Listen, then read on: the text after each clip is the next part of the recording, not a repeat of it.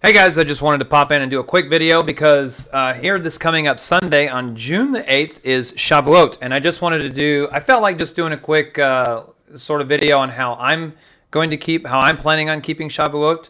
And Shavuot, in case you don't know what that is the Feast of Weeks given to Moses by God in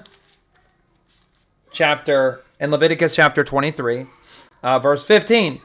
And it says, "And ye shall count unto you from the morrow after the Sabbath, from the day that ye brought the sheaf of the wave offering, 7 Sabbaths shall be complete."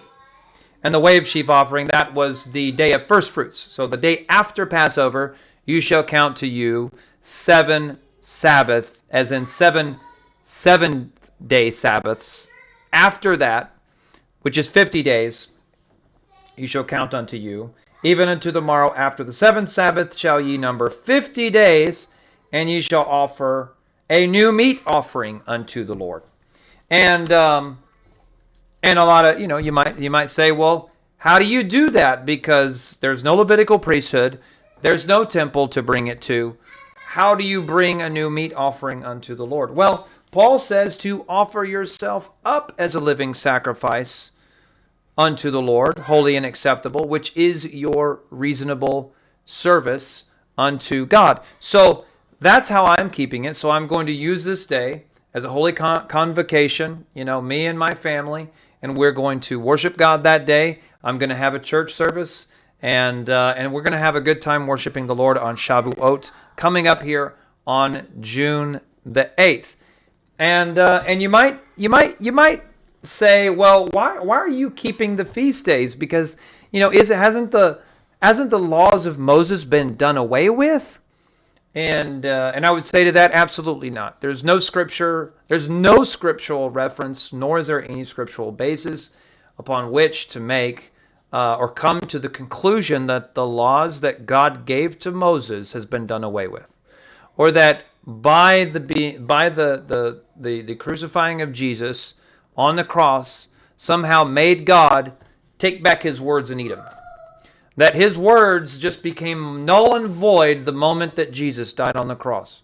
That makes no sense, that God would come in the flesh, give himself up for the sins of man to take back his own words. It makes no sense. Jesus didn't come to the world to condemn it, but to save it.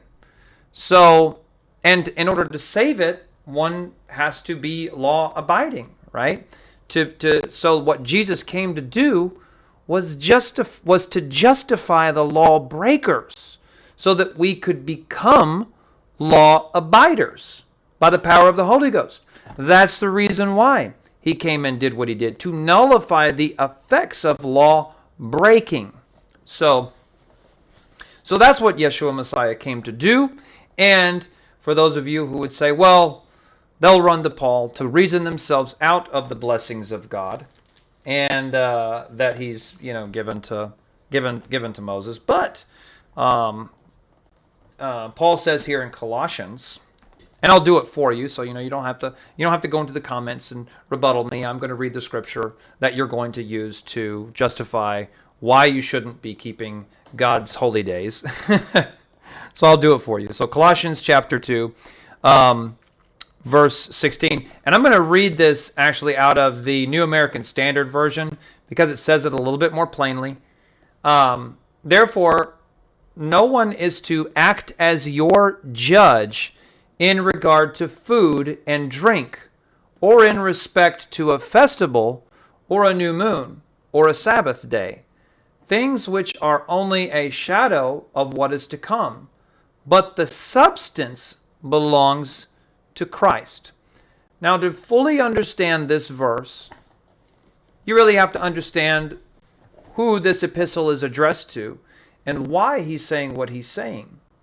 And really what was going on is because Greco-Roman pagans were persecuting these early converts to believing in Yeshua Messiah. Why are you doing like the Jews? Stop that. keep doing the pagan stuff that we're doing. Don't do like the Jews. So they're being persecuted by pagans for doing like the Jews and keeping the feast days.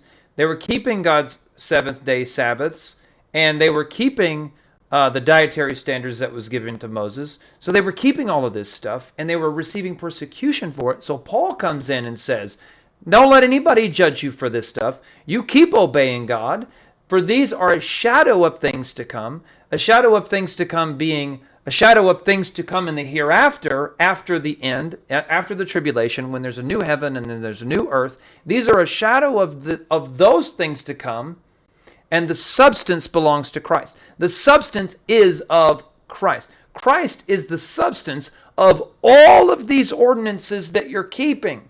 So keep keeping them because they are of Christ. Yeshua Messiah did not keep the feast days.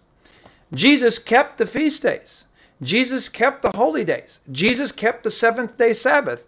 He didn't say anything about this stuff being abolished. He said, think not that I've come to abolish, but I've come to fulfill.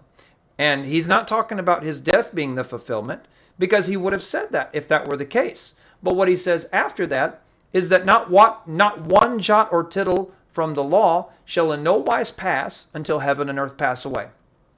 And the last time I checked, brothers and sisters, we're still here. Heaven and earth is very much still here. So it hasn't passed away yet. Laws of Moses are still in effect. So Jesus came and changed a little bit of that because of what he did on the cross. He nullified the effects of sin. He nullified by his blood the punishment, justifying the lawbreakers, so that now we can, not so that we can say, oh, we're saved by grace, we don't have to do anything anymore. No, so that we could now be justified by the power of the blood of Yeshua Messiah, and now obey the law by the power of the Ruach HaKodesh, the Holy Spirit that he's given us to obey. You cannot have faith without obedience. But that's a whole different discussion. I just wanted to get on and say how I was keeping Shavuot this year. I didn't really mean for it to become an argument as to why one should keep it, but it's valuable insight either way. And I hope everybody, I hope everybody respects it.